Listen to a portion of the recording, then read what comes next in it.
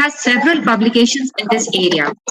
He has served as a TPC member of several conferences. He was a TCP co-chair of IEEE ANTS 2018. He currently leads Indo-Norway research collaborations on digital forensics at IIT Indore. We are privileged to have you with us here, sir. Thank you so much for joining us. You can please carry on with your presentation.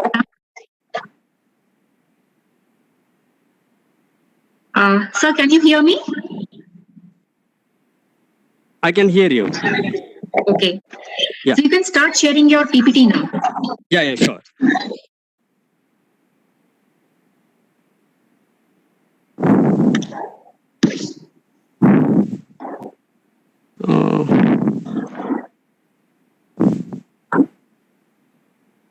Are you able to see the PPT now? No, sir, not yet. Yeah, now? Yes. So, please give me a minute to introduce you with Tripta ma'am also. She is the coordinator of this program. Tripta ma'am? Yeah, I know. I know. We have Yes. Earlier we discussed about the project. Yes. Yeah, long time back. Yes. I'm very happy to have you here, sir. Nice to connect with you, madam. Thank you. Thank you. Thank you, sir. Please go ahead. Let me.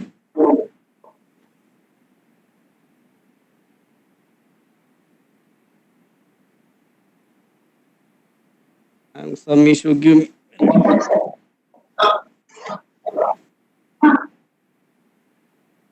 Okay.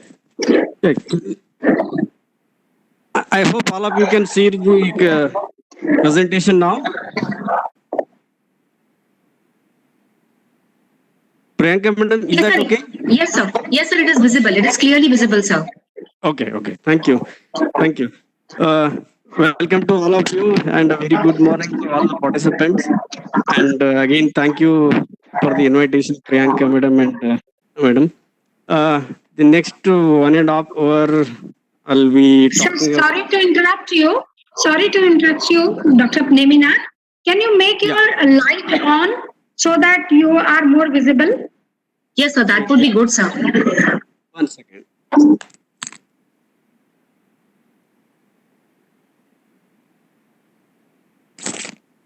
Yeah.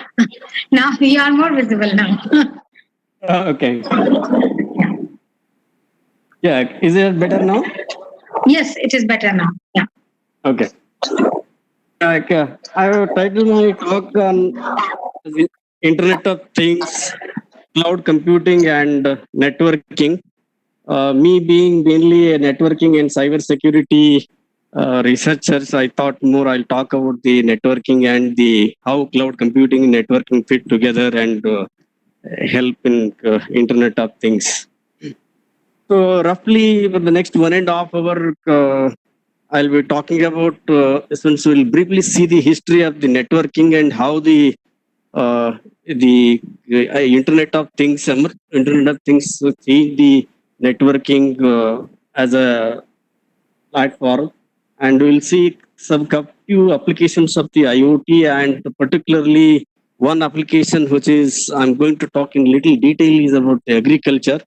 I hope no other speaker has spoken about this as an application previously. And then we'll talk about the IoT component sensors and the communication part, mainly the software defined networking part and how the software defined networking and the IoT fit together. And then it was the back end processing in the cloud computing. And finally, we'll end with the some part of data security. Let me begin with the networking. So way back in 1960s and 70s, the networking was way different than what we see today. It all started about as an academic research program connecting a bunch of servers which are distributed through some means of digital communication. So back then we had only okay. we had only a bunch of servers, maybe tens of thousands, tens of servers in the academic institute like MIT, Cambridge, and so forth. So the goal was to make them communicate with each other. And it was interesting to see that this whole of networking is, as we see today, is the largest engineered system that is working and in the created by the human beings. So roughly 20 years later, around 1980s, 90s, we had desktop systems coming into the networking arena. So now the goal changed from connecting a bunch of servers, which are mainly meant for file access services by distributed users, to bunch of other applications like sending the emails, World Wide Web, etc. So from the connecting a bunch of servers to connecting desktops and server together became the goal by then in the early 1990s and the late 1980s. And in the in the later part of the 90s, so we had laptops coming into the arena. So we had desktop, we had servers, we had laptops connecting together and interacting with each other. So all of these actually bring a new set kind of challenges to the communication and networking part. And in the late 90s and the early 2000s, we had people asking for what we call as the virtual private network, where you had the server sitting at the office space and the users are distributed all across. Maybe some of them are sitting at home, some of them are the other part of the office, and so forth. So they all wanted to access seamlessly the services provided by the servers residing in the remote part of the office. So you can see here behind a firewall in office a bunch of file servers and the internet. So the users which are remotely connected wanted to be part of the intranet and the sharing. So that's where the virtual private network came into picture. I won't go into the details of technical and how the virtual private network actually work, but that's the seamless integration that we witnessed in the early 2000 and the late 90s in the networking now. So what we see now with the emergence of the Internet of Things is a bunch of non-conventional, server, neither servers nor the desktop nor the laptop nor the mobile phones, a bunch of other computing devices like the cameras, the fridges, the lights, the sensors, so all of the microphones and the doors, fire alarms, whatnot, want to get connected to the internet, and you want to make them communicate with each other and automate some of the things. So the point that I'm trying to make is, with the emergence of IoT, these new devices actually put a lot of different kind of demands on the networking. So engineering and meeting those demands should be way different from the 1960s, 70s computer networks that we started at. So, and the point is, how do we make them communicate and engineer a system, engineering a network which actually provides such seamless connectivity and integration to the users? So, if you see the landscape of the devices that are connected, when in the 1970s, as I said, there is only tens of servers residing in some part the academic institutes were communicating, and then in the 1980s we had thousands of devices. Basically, till then it was all servers connected to the network in the time, and then in the 90s, with the emergence of the desktop, we had millions of devices connected to the network, and in the 2000s we had hundreds of millions of devices connected, and see in the early 2020 we see tens of billions of devices. These are not actually the conventional servers that we talk about. So with these many devices connected, so what is the engineering challenge? How do we meet those challenges?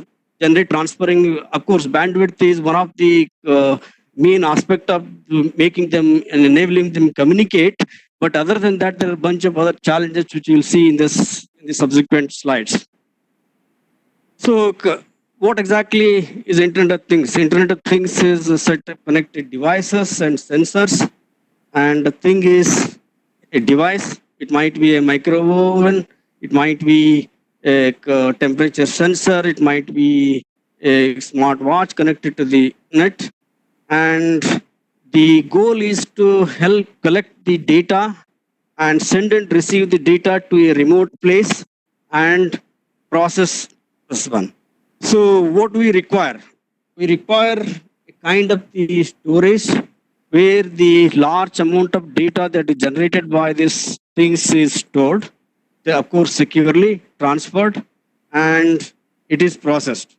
So if that's being the case, what are the challenges that these devices bring in? So one of the primary challenges in IoT devices, and of course with respect to communication, is its battery life. So these devices being not conventional computers, not all the time connected to the electricity, and so they have a constraint on the battery. So if we have a constraint on the battery, so can we design a set of algorithms which consume some amount of battery life and yet able to transmit the data over the network and store it and process it? That is the first challenge that the IoT devices bring in when you connect it to the internet.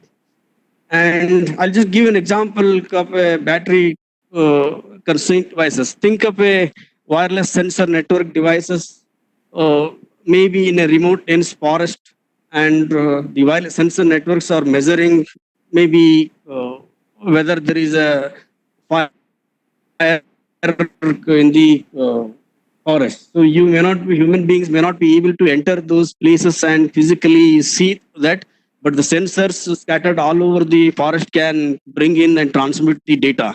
And since these are not battery connected, you need mechanisms which actually work with the battery, battery.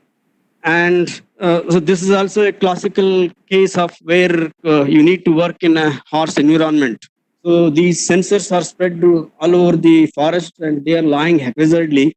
So even then, we don't know what is the lighting conditions, what is the, even if they are powered by solar power, so what is the availability of the sunlight at the point of time and all, we don't know. So in such harsh environments, these devices need to work. So saving the battery time is an essential aspect. So these devices also cannot be changed or reprogrammed frequently. So in that sense, how do we the longevity of these devices and consuming less power is challenges. So meeting the challenges and yet engineering the systems and the protocols which enable these things is the critical aspect of the.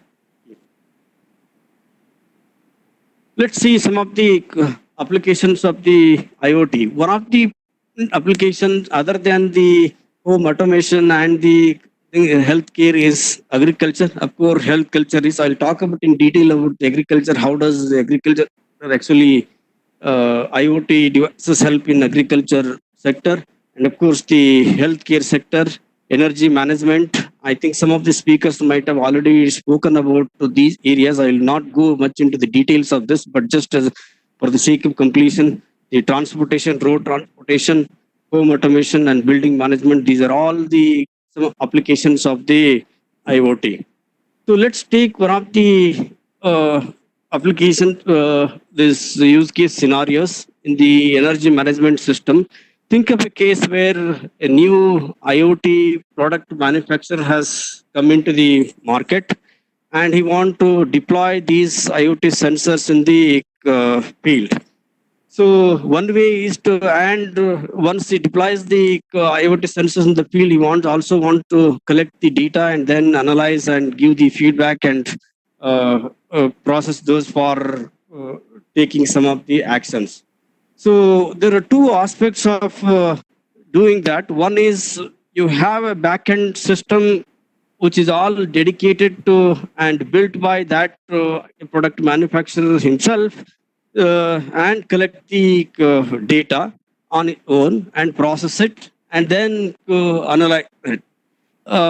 And the other aspect is you don't do all of this and then go and procure some of the publicly available cloud space and then go and deploy your application in that cloud space and then start using it from the day one.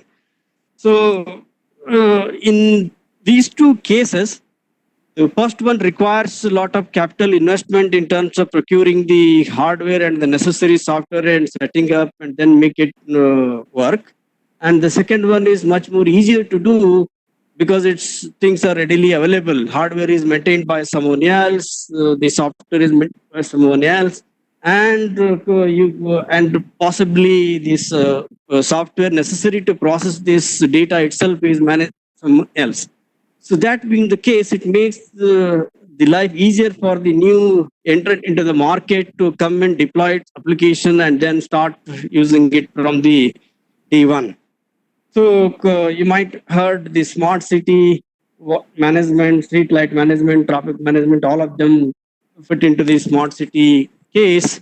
And so anyway, I will not go into the details of these cases. The one that I want to talk about is agriculture. It's an estimated is that in the next 5 years, the IoT devices that's being deployed in the agriculture sector is state to bring in around 1.2 to 1 trillion revenue to the entire agricultural production level.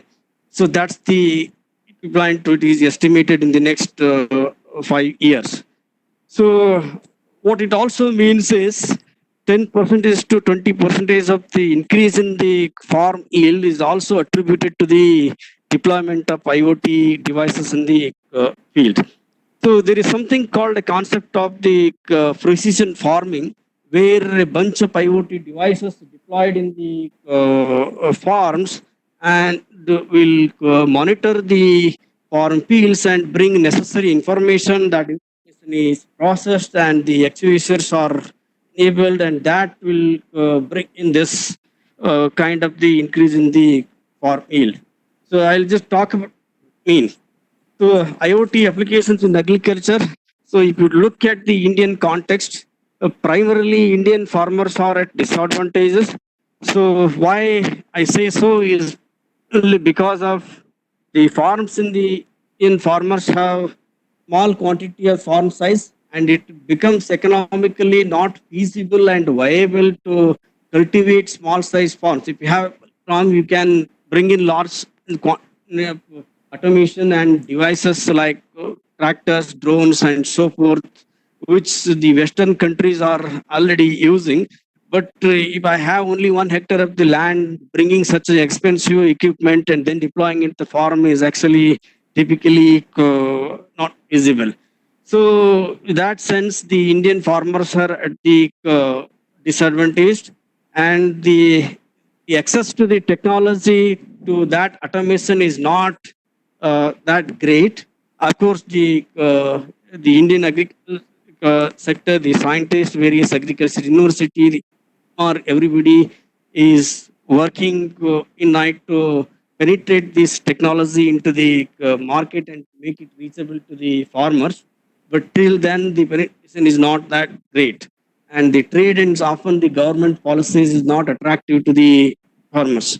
So, if that's being the case, if we look at the Indian context, how do we bring in this IoT technology into the field and make the farmers take advantage of this?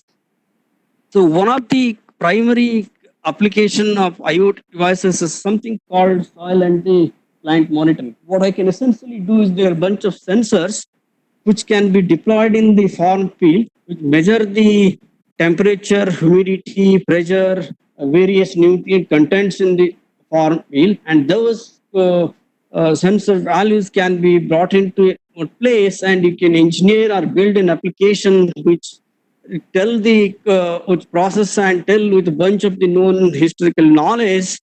So what at what time I need to is the water to the farm, and what is the current nutrients content in the soil, and what amount of the various nutrients I should be giving to the plants and the soil, and so that the health of the soil is maintained. So that kind of application can be built with help of an IoT system. So another application is in the greenhouse environment monitoring, where again the similar kind of monitoring, when do we need to water the plants, and what is the health of the plant. This one, is there any changes in the conditions, whether it is raining, what is the changes can be monitored with the help of the IoT devices. So that in turn helps in the if you have a healthy soil and the plant management system, which is automated, and so you have a better food supply chain. So that brings a kind of safety to the food everybody can. So similarly, application in the field is in the, you can also deploy some sense of the sensor to monitor the cattle in the wind, where they are going, eating, whether they are together or they have them scattered. You can also monitor their health when you need to give them kind of medicines and so forth. So these are all the kind of applications that we, this is when we take the application IoT applications in the in the agriculture sector. Let's go and read a little bit about the sector. So what we can also deploy is such drones to monitor the health of the plants. So you can also carry some kind of spraying through the drones, and then control it in one place, and then sprinkle over the funds to increase the farm productivity. You can also do the water management, soil management, and then some kind of the process. So here is a typical view of IoT sensor, which is deployed to monitor the water level content in the farm, and then the actuators actually sprinkle, start and stop the sprinkling in the farm. So based on the conditions and the data being processed at the remote place, these devices can be automatically turned off and on. And of course, the farmer can monitor when it is turned on and off remotely by logging into a kind of the web applications. And here is the another is where a bunch of wireless sensor networks and kind of sensors connected to the cattle ears, they bring in, and information can be brought into a base station, which is again deployed in the farm field. And this is a low powered wireless area network gateway, which will transmit the data to a remote data center, and then in process, and which can be monitored elsewhere. So what we require, if this being the condition, I want to monitor the cattle, I want to monitor the plants and the water and nutrients level, the requirements for these IoT is, so you need models which are robust enough to tolerate, because these are in the wild open farms. So engineering systems which actually can tolerate this is important. And of course, the scalability part, today I have 10 cattle, and tomorrow I bring 100 more. So, and I connect 100 more sensors. So can we cope up with the data that is generated, and the base station that is over here is able to transmit that quantum of the data to the remote place, and the backend systems are able to process that the scaled version of the data. So that's where scalability is important. As I said, and the Indian farmers, and of course the economy of scale is still is the different position, and the farmers are not that There is a question: what is the difference between an IoT and a wireless sensor network? So, wireless sensor networks are it actually, when we talk about the IoT, it more up with the devices that are connected to the internet, and the chip we call wireless sensor network is a set of protocols which enable them to communicate, and also the IoT devices. That's the rough difference that you can think of. Does that answer your question?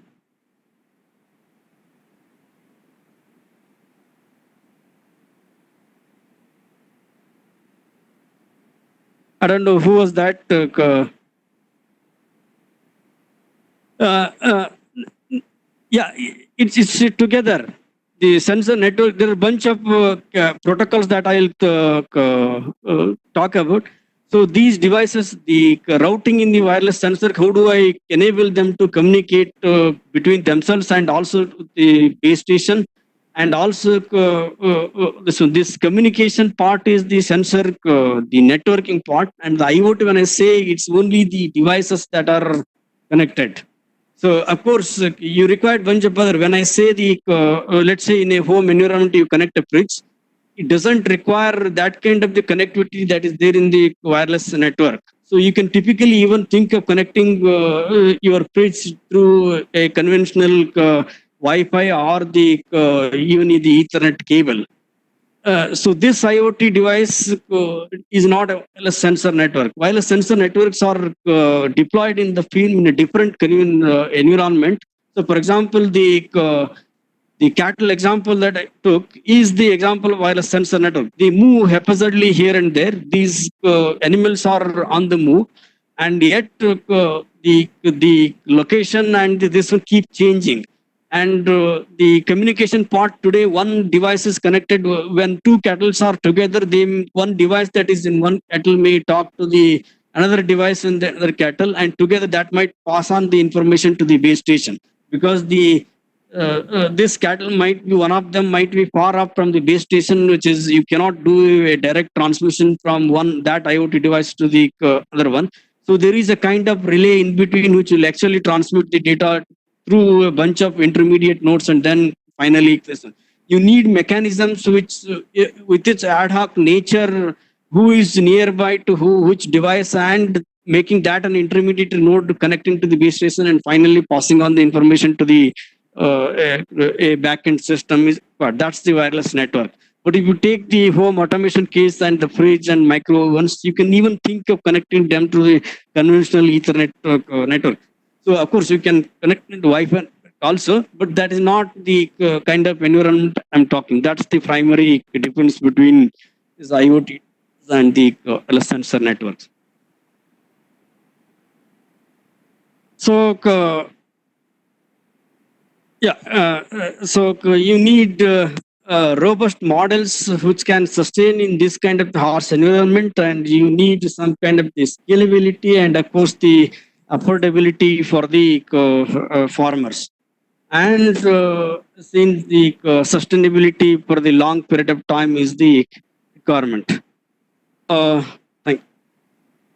And so when we see this kind of the deployment in the field, so what exactly we have? We have a layer of the sensor which collect the sensory data. So as I said, temperature, humidity, pressure, gas connection, concentration, much other things you can measure through these sensors. And the network layer is actually transmitting the major data to a remote data center, and the application layer is the one which processes this sensory data and makes sense out of the question. And basically what you are making is some kind of the decision whether to activate some kind of the IoT devices in some place, so that this one. So when I take this example, you have the three layers. One is the sensor layer, which brings the data, and the network layer transmit the data to sensor, and the application layer actually make use of the this collected data. So what we essentially envisaging is, by deploying this kind of sensors, you achieve some kind of savings, monetary savings, and reduce cost of the production, increase profitability, and of course the production. So if I am able to make certain decisions to when and what quantity of the water I need to in and what quantity of the other pesticides and things I need to use through the sensor intelligent decisions. I bring economy of scale, and then through which you can achieve some kinds of the savings. So this all things, but that I talked about, whether it is monitoring the cattle or the pills, it comes under the technical term called precision farming. So through this, we achieve some kind of the food safety to everybody.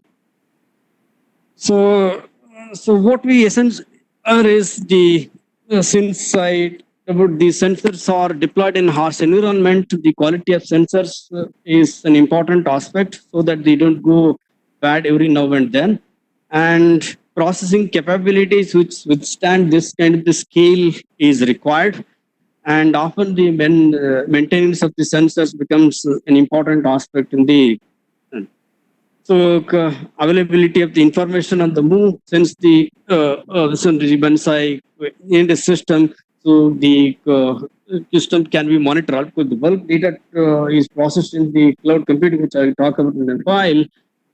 But the actual condition, what is the actually is happening in your farm, can be monitored within your mobile phone or in your laptops when you're on the go. So you need systems which can actually do all of this. So you can actually build different kind of business models by deploying this precision farming and bring some kind of to the system. So when I say this kind of environment, what kind of the sensors are there? There are a bunch of sensors, the medical sensors and sensors, RFID tags, chemical sensor, mobile phone sensors, which other speakers might have talked about, magnetometer, location, movement, sensors, camera, microphone, etc. All of these are sensors are there. These actually form the bottom layer of the IoT component is a ecosystem which will actually generate the data. And the networking layer, which is actually the transmitter of the data from the sensor layer to the remote data center, is engineered with bunch of communication protocols. So you can use the near field communication wireless sensor networks, for the cellular network, Zigbee, Bluetooth, Wi-Fi, and of course the Ethernet communication also can be used. So these are all bunch of the communication protocol used. So essentially, we have these many sensors which generate the data. We have a bunch of protocols which actually transmit the data, generated data, to a remote center for processing. And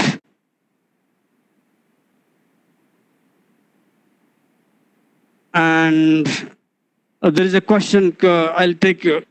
And the generated data that is processed elsewhere through, that is, we call it as the cloud computing.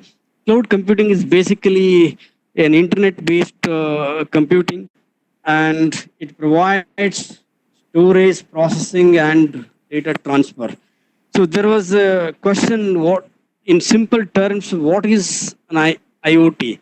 An IoT is basically a small device connected to the internet with a sensory information. So it will collect the data, and it will have the minimal capability to transmit that data to the through a communication medium. That's all.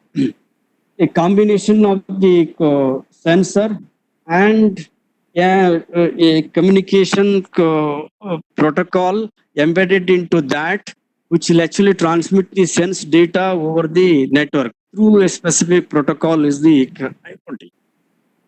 Does that answer your question? Yeah. Thank you.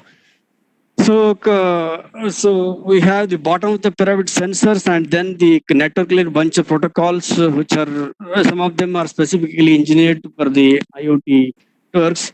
And there is a backend system through the cloud computing, which provides the storage, processing, and the transfer of the data in between the actuators and the IoT devices, and often to the end user who is monitoring the system through remote base.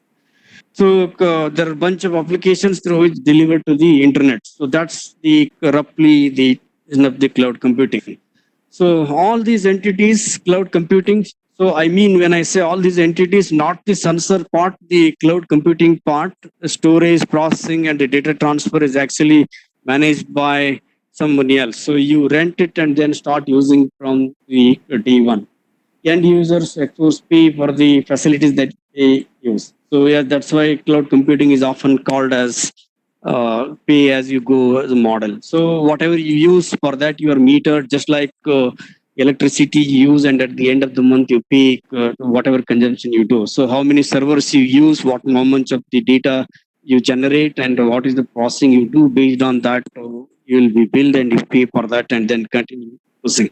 So that's the cloud computing in this ecosystem.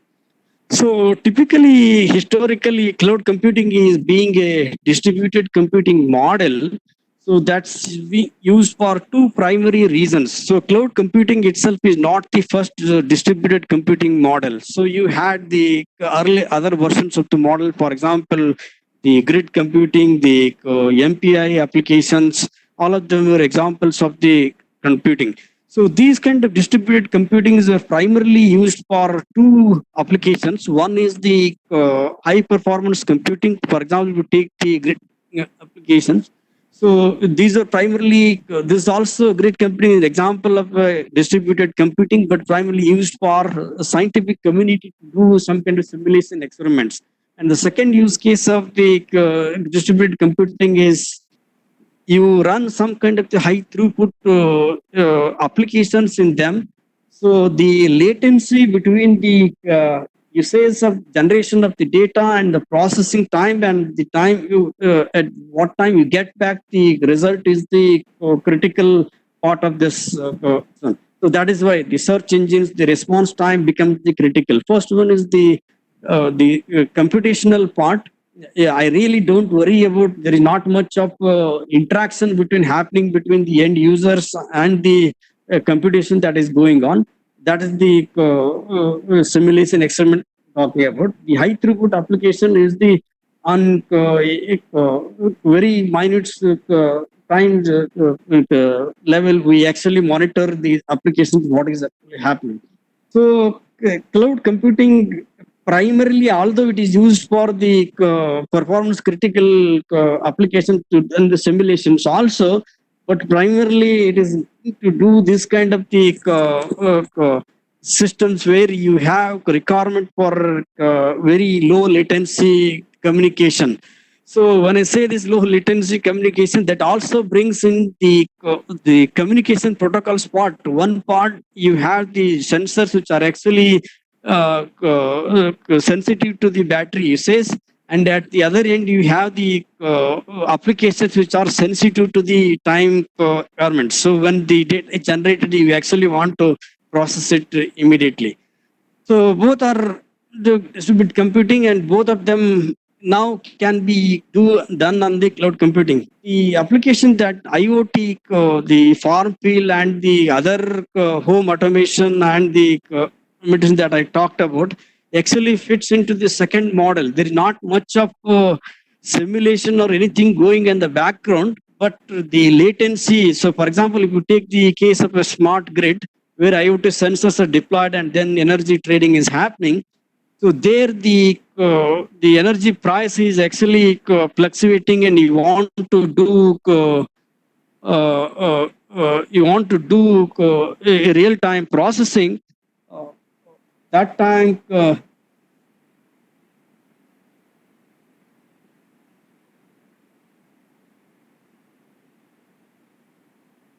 So that time the response time becomes critical. So advertisers can manipulate the pricing, and also so even then when I decide to buy the electricity, when I want to sell the electricity, those decisions are made in real time. So it's much like online trading, like say market trading, where the price is actually fluctuating every second. So it becomes a critical. So these IoT platforms actually fit into the second part, mainly for the time critical applications where the response time is. So both of them are computing. So let's go into the what kind of cloud models we have which can be readily usable. One of the model which is actually called as there are three of them. So one is called the infrastructure as a service, where you hire only the bunch of servers and the storage, and you need to deploy, and whatever operating system you want to deploy and the application you want to deploy, everything is managed by the users. So in this case, if you take the IoT applications, it's the owner of the IoT network who is actually doing the deployment.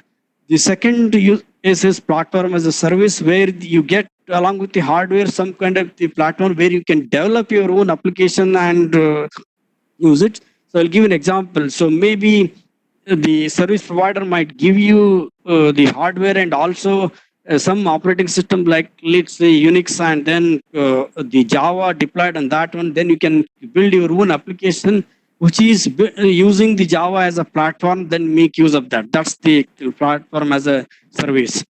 And at the other extreme, you can have a software as a service where right from the hardware, the operating system, hypervisor, the platform, and the application itself, entire thing is built and is given as one bunch of readily usable thing. So I'll give another example. Maybe let's say a coffee shop owner may want to use the cloud service for billing purpose. So from the day one, if somebody already has a software which actually does the background in the billing and then generating an invoice and all that thing, so I can directly go and procure that software in along with the backend necessary servers to process those my billing system, and everything right from the generating an invoice and storing the data and doing in the analytics in the background, everything is done by the service provider. So I don't have to do anything, just pay money and then download the billing system and start using from the day one. That's an example of this service. So in the IoT context, it's actually using the software as a service is a prominent model of the use case. So if you put that in a nutshell, this is how the cloud computing actually look like. So what you have here is in this diagram at the bottom of the pyramid, you have the hardware, uh, uh, uh, where this hardware and the TPM chip is there, and then you have the some kind of the storage database that is deployed, and this might be a technical memory, and then you have an hypervisor, and on top of that a bunch of virtual machines are deployed. Each virtual machine can run one or more number of the applications. So these applications are maybe typically a software as service applications. So if you look at this pyramid, hardware at the bottom and the storage, some kind of memory in the middle, and then the hypervisor which will facilitate the virtual machine to run on of that, and then the applications, and then you have kind of monitoring portal which is a cloud management service which the remote user is actually can log in and see which applications are running at particular moment, what is the usage and what is the current is. So based on that, he can make some kind of the decision whether to hire more number of the virtual machines when the usage goes beyond a threshold or this one. So that's about the scalability part. So in a nutshell, if you take the cloud computing platform, it's actually this one. The hardware, storage, and the hypervisor, and a bunch of virtual machine systems, and then the application deployed on top of the. So you can think of having another kind of monitoring system which actually monitor this health of the entire ecosystem through a remote login facility.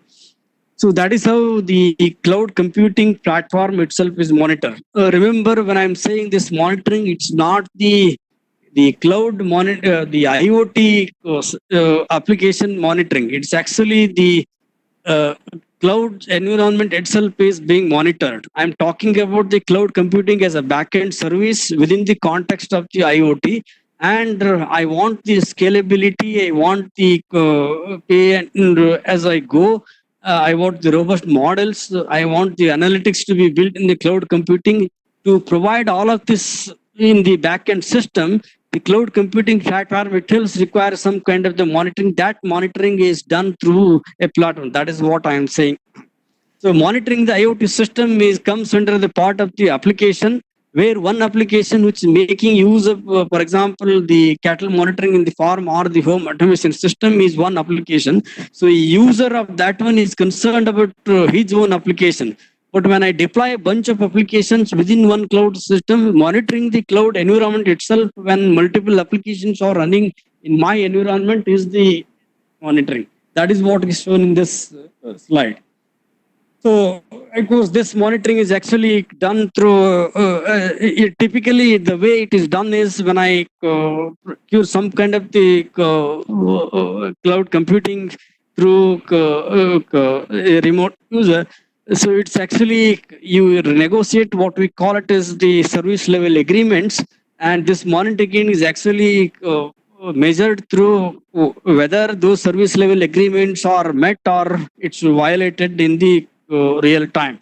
So how do you do that? You generate a bunch of logs. So for example, if I say when my IoT applications deployed in the cloud, you say use 90% of the hide storage system, you need to increase the storage by certain capacity. That is one example of the SLA. So for example, let's say I 1 terabyte of the storage capacity from a remote service provider, cloud service provider, and my IoT application is currently using that.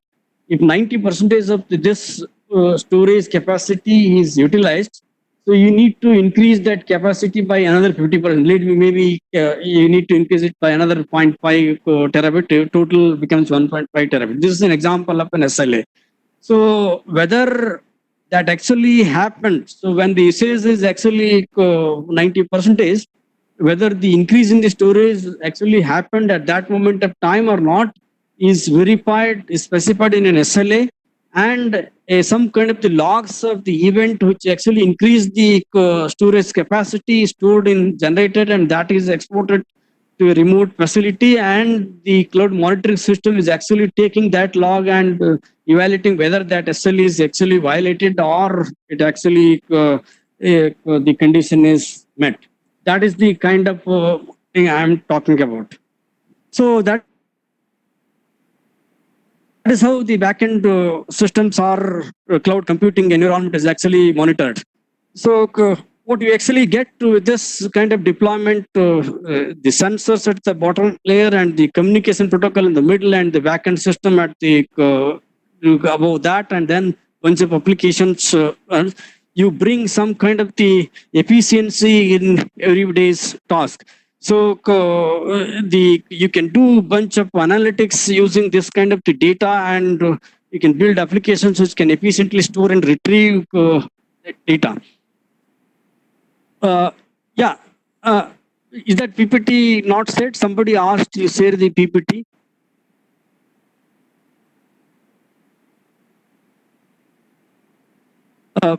Priyanka madam, are you? I think I said the PPT. Okay. Anyway, let continue. So the point is actually the sensor bring the data, and you that is transmitted through some network, and then the cloud computing in the backend actually provide the store and retrieve capability, which is actually monitored through some kind of the service level agreements. So basically, you bring some kind of analytics into the. So basically, what I want is, I want to monitor the health of the devices and also the functioning, whether they are functioning properly and they are malfunctioning. So if you put all of this in the nutshell, this is how this ecosystem look like. The IoT system at the bottom layer generate the data, and this data itself is in a variety, complexity, volume is brought into one central place, and then you can build applications which can query and generate reports, do analysis, and then use it for experimental purpose. That's what we were actually looking at. So here is a typical example of how the analytics can help to achieve something which is in real time. So think of a sensor deployed field which will bring the some kind of sensory data, and through a low power communication system deployed at near the sensors will transmit this data through the internet through to a backend system server, which is actually a cloud computing server, and then you do analytics on top of that, and after that you take some decisions, and some actuators actually do take some actions on of that. So from the sensory data, which is on the left hand side, where the chip is there, you actually bring the through some kind of communication through passing to the internet to the server, and then analytics, and finally where light is actually where the you do some action. This is a simple use case of how the entire ecosystem from the sensory to the back server actually look like.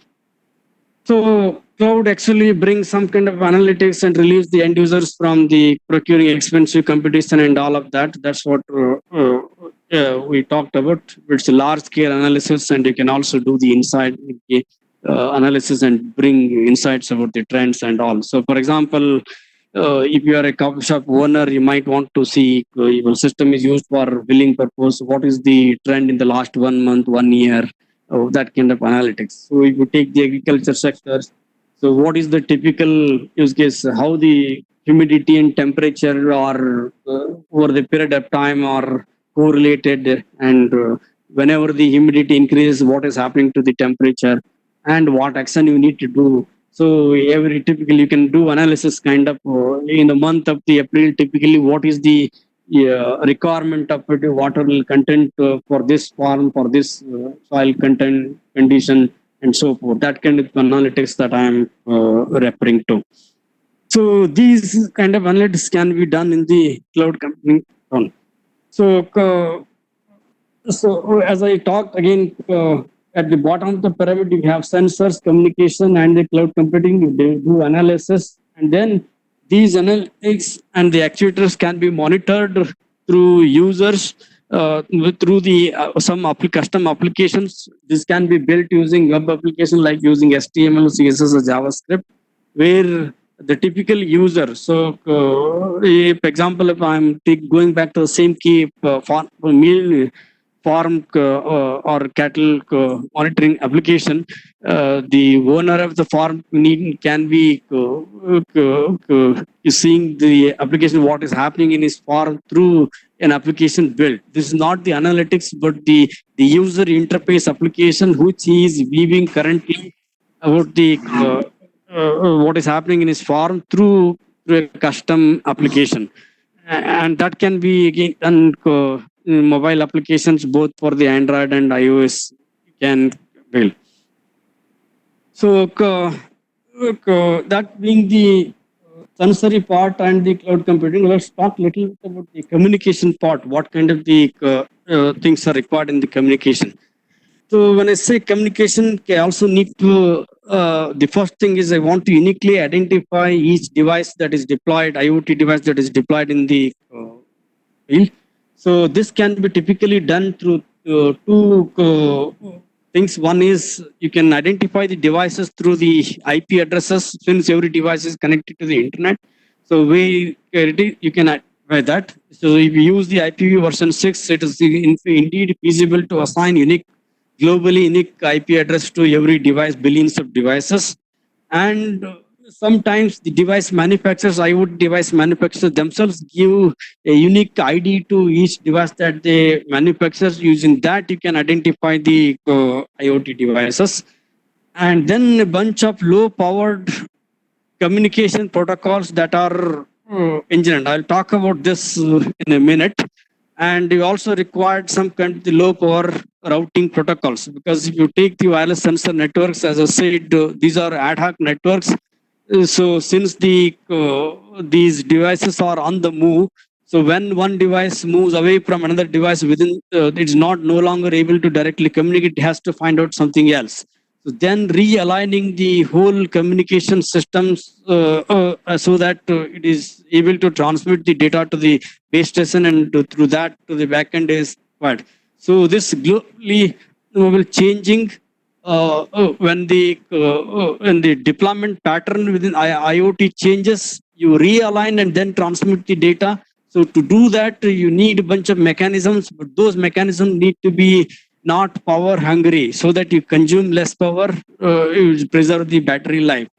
So that is what is required on the communication side. So you need protocols which can tolerate the losses, because when you typically talk about the wireless networks, the loss component, the packet losses in the transmission is quite high. You need mechanisms which actually tolerate this one. So how does these communication happen? There is a IETA standard 802.15.4, which is actually defined a bunch of physical layer communication standard and also the network layer communication standard. So, as I said, the RFIDs, the Zigbees, the Wi-Fi, the cellular network, all of them are the physical means of communication. And on top of that, if you are aware of the networking communication talk, we have the networking layer and finally the application layer. So the network layer provides the intermediate communication between the nodes. So the routing applications and the transmission of the data happens using the network layer protocols. So one of the such network layer protocols that built is something called RPL, low power open source routing protocols, which is specifically engineered and designed for IoT environment. What it does is it still uses a kind of the distance vector mechanism to estimate to which of the node it wants to communicate. So how does my packet has to be routed? And what it really uses is a kind of destination oriented directed acyclic. If you are aware of the DAC, so there is no loop in the communication part. So it uses that kind of the communication model to transmit the packets from the sensory node to the base station and back to the cloud system. There are also transport layer protocols above the network layer. TCP and UDP are the two prominent transport layer protocols that are used in communication. So, but TCP is little power hungry, as it requires connection setup between the nodes before it's being actually used. That's why in an IoT environment, typically UDP protocol is used to transmit the data from one device to the another device and the base station, which is actually which is in turn going to transmit the data to the backend cloud environment. So at the application layers, as I said, you can also use protocols like HTTP to communicate and build applications and monitor the what is happening in these sensors. So, but again, HTTP is again power hungry. So the amount quantum of the data transmitted is huge. So specifically for this IoT purpose, there are protocols built to for the in the environment. One of the couple of protocols are one of the protocol is called something called constraint application protocol. This is similar to HTTP, but not exactly HTTP. Instead of using the HTTP tags, it uses an XML tag. And another application layer protocol is something called message queue telemetry. Let's go and look into the details of. So this constraint application protocol called COAP is an application protocol. It uses XML tags to exchange the data between the server and the application. It's actually a binary protocol. HTML is a text-based protocol where you have tags, and then in tags you can have the content for this one. But in the XML, you have the you still have the tags, but instead of using the text-based communication, it uses the binary. The difference between this is text and the binary protocol is the following. So, for example, if I have a tag and then corresponding value, if I change the order in which those tags and the values are rendered in within the communication, it's okay in the protocol, but it is not okay in the binary protocol. The sequence in which these tags have to appear is all fixed. So I'll give another example of a binary protocol. So, for example, if you take, I don't know the application, DNS as an application which is used to resolve the host names to the IP address is an example of the binary field. In the binary protocols, you have the specific fields set at specific positions. So, for example, if there is a 1-bit flag and that is appearing at a specific, it has to appear at a particular field. Whereas in a text-based protocol, so if you interchange the tags and the its value, it's okay as long as those tags are there, no matter in what order they appear. But as long as they are there, it is okay. But in the binary protocol, it is not okay. At the 25th bit from the starting is a particular field. How it has to be interpreted, it is interpreted in the same way. That is the protocol. So this scope is an example of a binary protocol, and it is actually specifically built for IoT environment with a bunch of optimization to conserve space, so that by virtue of that you also save the transmission time and the energy consumption. And what it typically has is it has a 4 types of communication. One is message types. One is confirmable message. It operates over UDP. And if you want to build a reliable communication over UDP, UDP is not a reliable protocol in stack. If you want to bring UDP, this confirmable message format is used. And there is a non-confirmable message which is actually used when you don't need reliability in the transmission, and then there are a bunch of other messages like reset and acknowledgement, which I don't go in detail. So in a nutshell, this constraint application protocol is an application layer protocol, is a binary protocol, operates over UDP as a transmission transfer layer protocol, and it has its own reliability engineered into that, because it operates over the UDP, which doesn't give you reliable transmission.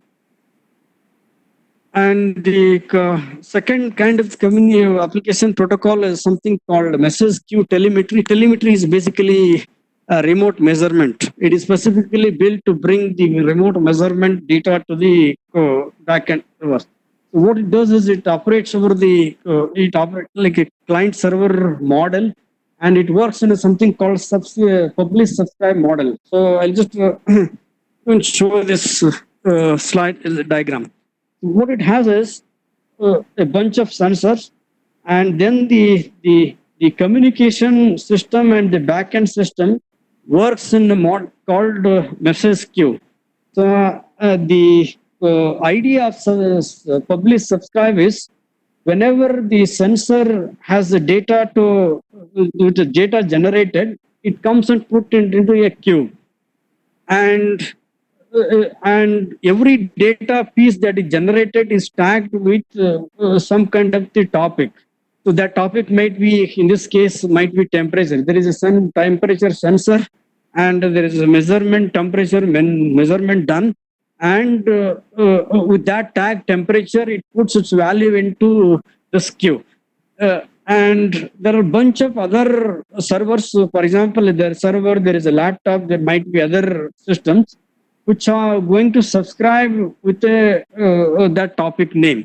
So for example, every system that is subscribed registered with the name temperature will be given that temperature measurement value.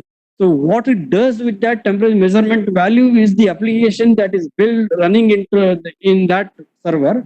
So, but the idea of public subscribe message oriented transmission is this. So there is a measurement done, and with a tag, with a certain name, topic name, that value is put into a queue, and all those systems which are other end of the spectrum, which are interested in that topic, will be given that temperature value. This is an asynchronous communication model, meaning that one of the server or the other systems which are on the right hand side, they need not be available at all the time, and it becomes the responsibility of the intermediate system to keep those values ready, so and deliver whenever that application, when that system comes up and request for that whatever content raised for that topic. So what it also inherently means that if one of the system, for example, if laptop is not up and running at this moment time, but there is a bunch of sensor temperature measurements done by the sensor, and those values till that laptop comes up and read those temperature values, it becomes the responsibility of the backend system to keep that in the system. So when I say backend system here, it is the network, the message queue telemetry transfer protocol itself, which is going to store that data in some intermediate node. And when those come back, they will actually process that, access and process that data. So that is how this message queue telemetry transfer protocol actually works. So unlike the COAP protocol, this message queue transfer protocol works over the TCP. Of course, TCP is not friendly with power consumption, but you can decide when you want to use this protocol and the other one, depending on how your IoT devices are powered up, whether you have access to city or not. If you are doing, for example, home automation kind of thing, you might have access to the electricity. In that case, it makes sense to use this protocol instead of the COAP. But if you are on the other hand, if sensors are deployed in harsh environment like farm fields, you may better off with the COAP as a application layer protocol. So that's the typical application layer protocols in the IoT environment. So all these the physical layer, you have a bunch of protocols. At the network layer, you have specifically engineered routing protocols. At the application layer, you have specifically customized application layer protocols built for IoT environment. And this. So now let's go and look into the other end of networking that actually can help the IoT things can realize its goal. That is the scalability, the reliability, and the power savings objectives that we talked about. So here is a diagram.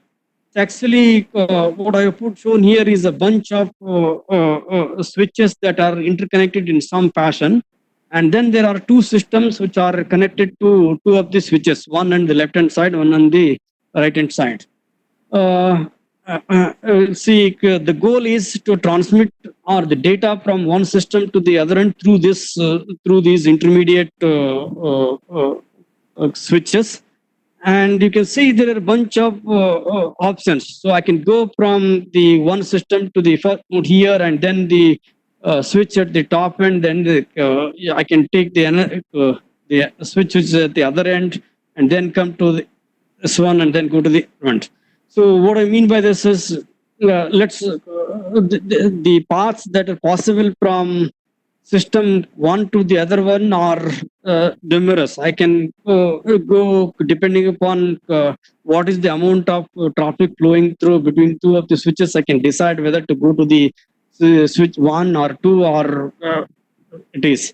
So to make these decisions, forwarding decisions at the network layer, so what you have is a bunch of what we call it as the forwarding table. So this forwarding table, whenever you have a packet that is coming from one of the system or the other switch, you consult that forwarding table and decide whether to take the interface one and go to the switch one, or interface two and go to the switch two, and then finally to the destination.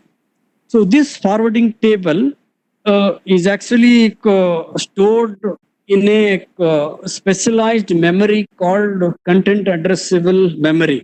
So each of this switch has a hardware, runs a specific operating system, and then an application. When I say application, the forwarding table itself is an application. So every system has an operating system. Every system has, of course, has a hardware, and every system has a forwarding table. So this forwarding table is stored in a specialized memory called content addressable memory. So the beauty of this memory is this is expensive. So I cannot, would also mean that is I cannot put infinite amount of memory into this such kind of content addressable memory to these switches. So there is a limited amount of memory within which you want to manage the. What if my forwarding table grows beyond the size? Then, if I don't have entries in the forwarding table for a particular destination, so what the switches do is to forward this packet to all of the interfaces and then flood, and hopefully it will reach the right destination. So that is how typically these switches work. So it is easy to visualize that if it is doing a flooding kind of the transmission, it's not efficient. Not only it consumes the power, but it might hog the network itself with too many number of the transmissions. So what the software defined networking brings into the table is something called the separating out the hardware and the controlling operation. This typically called as the physical layer and the control level operations. So each of these switches now has only the hardware and the limited amount of content addressable memory in them, which stored the forwarding table. And the controller is one application which is globally visualizing and managing each of the switches in the network. So, for example, the controller knows what is the number of entries in the forwarding table of the switch 1, what is the number of the entries in the forwarding table of the switch 2, what is the number of entries in this forwarding table of switch 3, and so forth.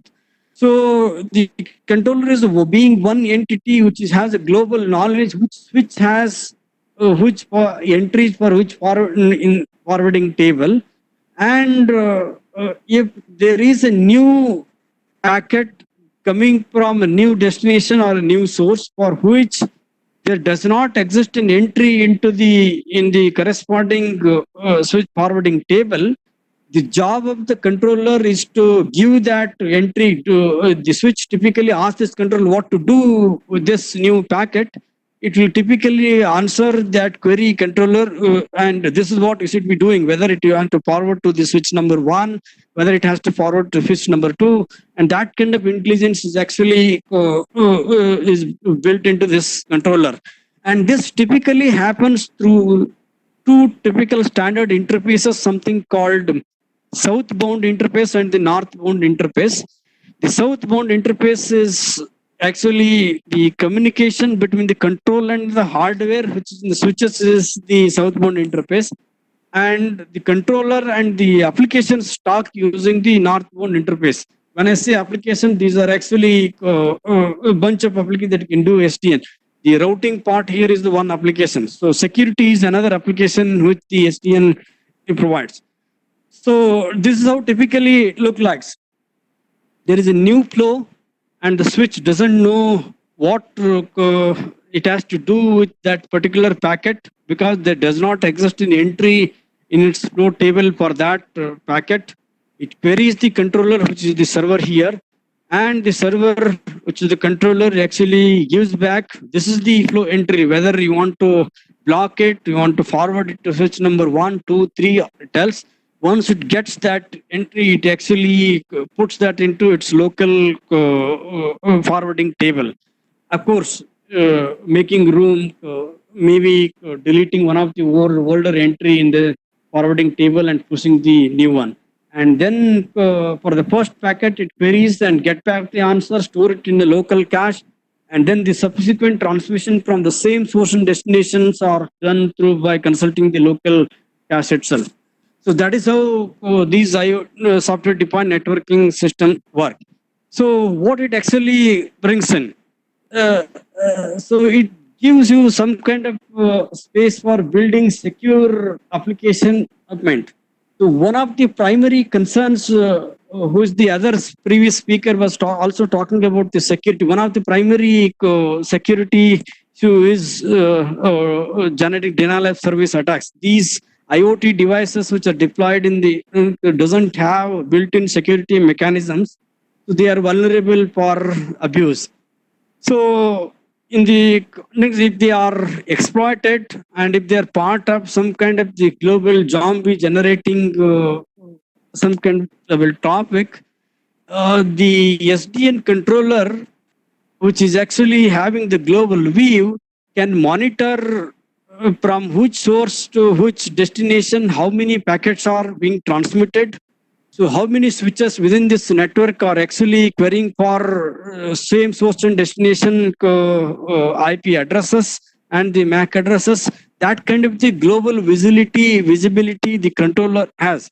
And if it can find out certain pair of IP addresses are actually doing more than necessary number of the transmissions and communication, it can actually inject a rule saying to all of the switches whether to yeah, come again. There was a question.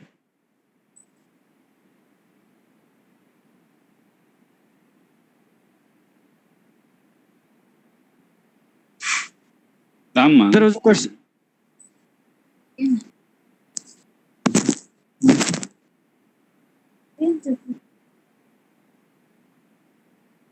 Hello. ఇప్పుడు ఏంటండి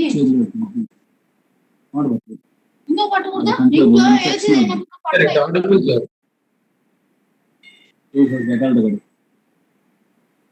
Yeah. So, what this SDN controller can do is for a particular pair of source and destination IP pairs, if the communication is not looking normal, more a bunch of these switches are querying for the same source and destination IP address. Since it has the global visibility, so it can instruct the switches not to transmit data from these devices to the that particular IP address. So what I'm essentially telling you is, and the SDN controllers can, since it has got the global visibility, can actually help in detecting the abuses happening through the use of IoT sensors because it has got the full visibility. So that's the kind of advantage that the SDN bring in into the platform. So you can do an intelligent routing, make intelligent routing decisions. It brings the visibility of the network resources, thereby minimizing the power consumption in the transmission. And you can also do traffic pattern analysis and do intelligent decisions, and so that you can avoid these IoT devices being abused and which can actually end up generating a lot of traffic. So that is what the advantage that the software defined networking can bring into the IoT arena. So not security building systems which actually are 100% secure is not possible, but what you can essentially bring in is some kind of the visibility into the network and the transmission, so that the decisions can be made which can actually not only protect these devices but also minimize the transmission of the data. And as I said, so we need the IoT devices are battery constraints, so we need mechanisms to optimize the data transmitted to the back end. So one of the concept that you talk, of course, the bulky data transfer and processing is done at the cloud platform. But what can also you can do is push some kind of the computation to the edge of the network, which is also technically called as fog computing. So what you have is a bunch of sensors deployed in the field, and the cloud data center, which is remote place, which is doing the bulk data storage and the transmission. And what you can think of is a kind of small level local computation being done at the typically maybe at the place where these network devices are connected. So, for example, within the cellular base station, if some level of local computation can be done, and then only when it is necessary and what is necessary, that data can be transferred to the backend servers. So what I mean by that is the networking devices which are sitting at the edge of the network will also have some kind of intelligence. This is not the intelligence in the IoT devices, but the intelligence engineered into the communication device which is at the end of the router. Maybe my home Wi-Fi router, which is can be having some kind of the intelligence. So these data processing, you need high availability. I deliberately skipped that, but there was a question. What was the previous slide? Since I think I'm running out of the time, I skipped that and deliberately. So what I'm essentially talking about is this. If you look at this diagram, on the left hand side, you have the sensor, and there is a Wi-Fi device, and then the internet. This Wi-Fi device itself is having some kind of intelligence, and some minimal level local computation is done at this wireless router. That is what I am referring to as the edge computing. So in the edge computing, you have some intelligence built, and whatever is necessary that you transmit. So by doing that, one option is I transmit every piece of data that is generated by the sensor to the backend service which is remotely deployed. So you end up consuming a lot of bandwidth because I'm transmitting everything. The other one is I sensibly decide what to transmit and what to gather from the sensor, and then what is necessary only transmit to the backend server. So if I can discard some amount of the data transmission, which not only minimize the bandwidth utilization, but the data transmission also minimizes the battery consumption. I can achieve some amount of the power savings at the level itself. That is what I am referring to here when I am showing communication noise. The smart gateway is the last mile gateway, which is a cellular network or home Wi-Fi device, which is having some kind of intelligence, doing intelligent decision of the transmission. Of course, these devices are custom built for these IoT deployment purpose only. But what I'm trying to say is these devices help achieve power saving and minimize the bulky data transmission, which in turn minimize the latency in the communication which the IoT applications are sometimes sensitive to. And that also brings some kind of the location aware computation also into the overall IoT application. So that's what the edge or fog computing essentially means. So these devices are a little bit intelligent and then do some minimal computation and decide essentially what to transmit and what not to transmit to the server. So here is one of the application of such edge computing deployed devices. Think of a smart vehicular network, and these devices are vehicular network devices are communicating with each other, and whenever they come in contact, this is again an example of ad hoc network in the field. IoT devices, they actually measure how the proximity of one vehicle to the other vehicles, and then the edge layer controller, which is actually sitting at a nearby place, which might be a cellular base station, can decide what is the traffic density at a particular road and a particular direction. And since it can find out if large number of vehicles are accumulating in one of the direction in one traffic junction, what it can make is it can make an intelligent decision to turn on the red light or green light in particular signal. And that density of the vehicle is estimated locally because all of the devices which are actually crossing one junction is actually typically connected to the same base station. And since that base station has an information of what amount of number of vehicles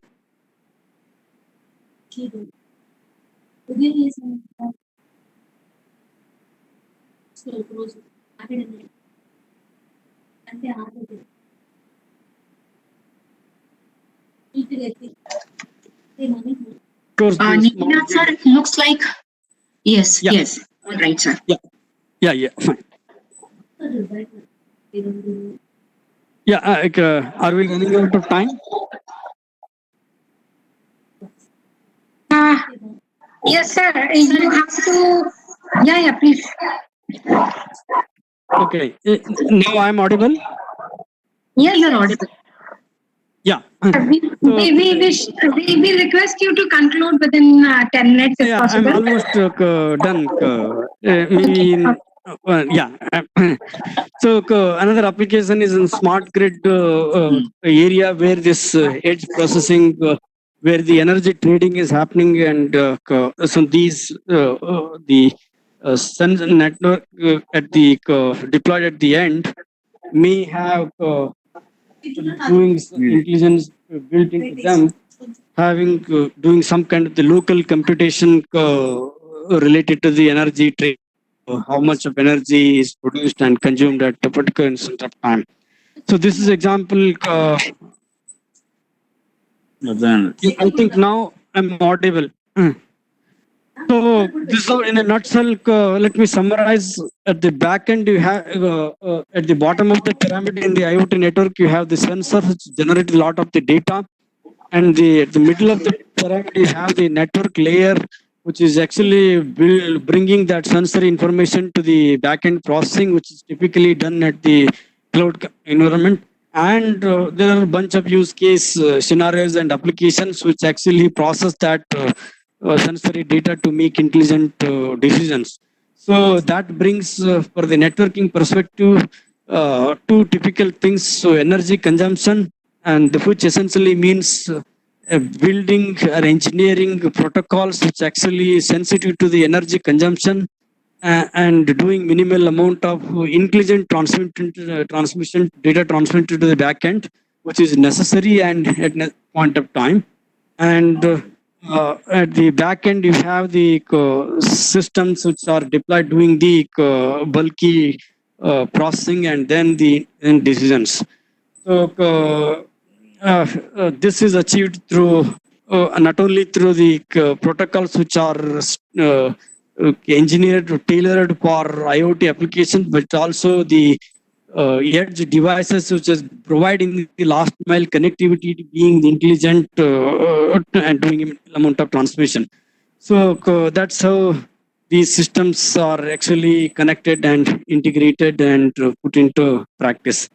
So that's all I have in my presentation. If there are any question, I'll be happy to. If you have any questions, you can please ask.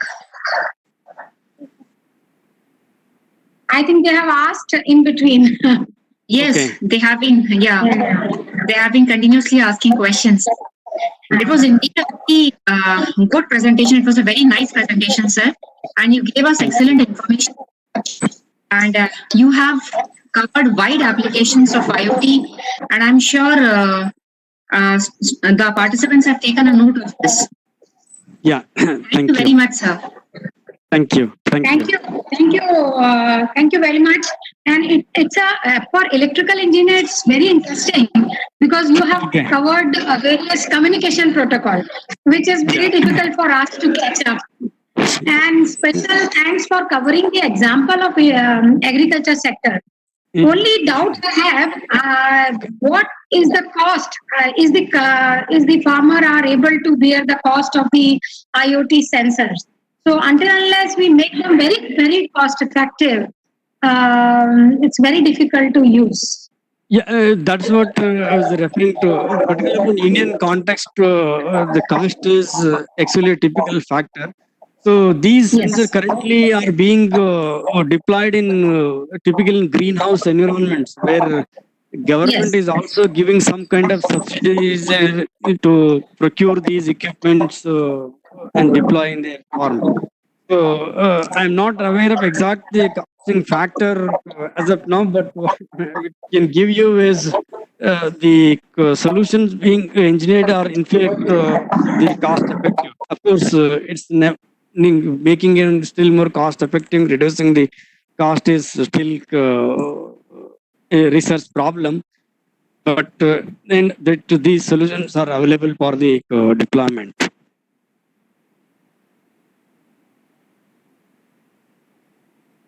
As well as very, very informative session. Thank you very much. Thank you, madam. Thank you. So, Priyanka.